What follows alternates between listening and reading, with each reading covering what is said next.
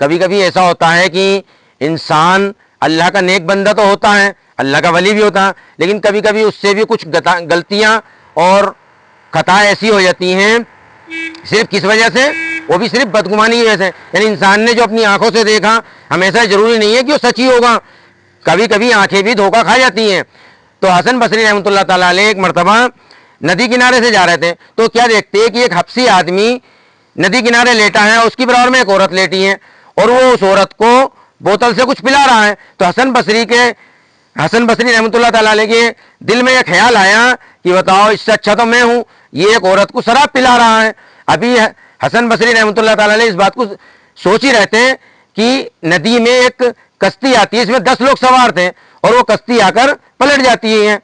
اور وہ آدمی 10 کے 10 اس میں ڈوبنے لگتے ہیں. تو وہ حبشی آدمی اس عورت کے پاس سے ہٹ کے جاتا ہے اور فوراً ندی میں کود کر ان 10 کے 10 لوگوں کو ایک ایک کر کے ندی کنارے لے آتا ہے اور باہر نکال لیتا ہے. اس کے بعد وہ حسن بصری رحمۃ اللہ تعالیٰ علیہ سے کہتا ہے،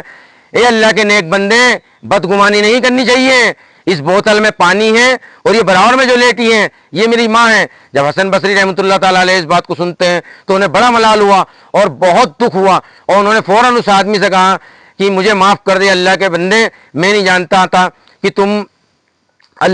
بھی اللہ کے نیک بندے ہو، اور میں نے تمہارے لیے دل میں یہ بدگمانی پیدا کری کہ تم اس طرح کا غلط فعل کر رہے ہو کہ تم شراب پی رہے ہو اور اپنی ایک عورت کو پلا کہ وہ تمہاری ماں تھی. تو ہمیشہ میرے دوستوں کبھی کبھی ایسا ہوتا ہے کہ آنکھوں کا دیکھا بھی جھوٹا ہو جاتا ہے. اس لیے کبھی بھی کسی کو کچھ بھی اگر غلط دیکھو تو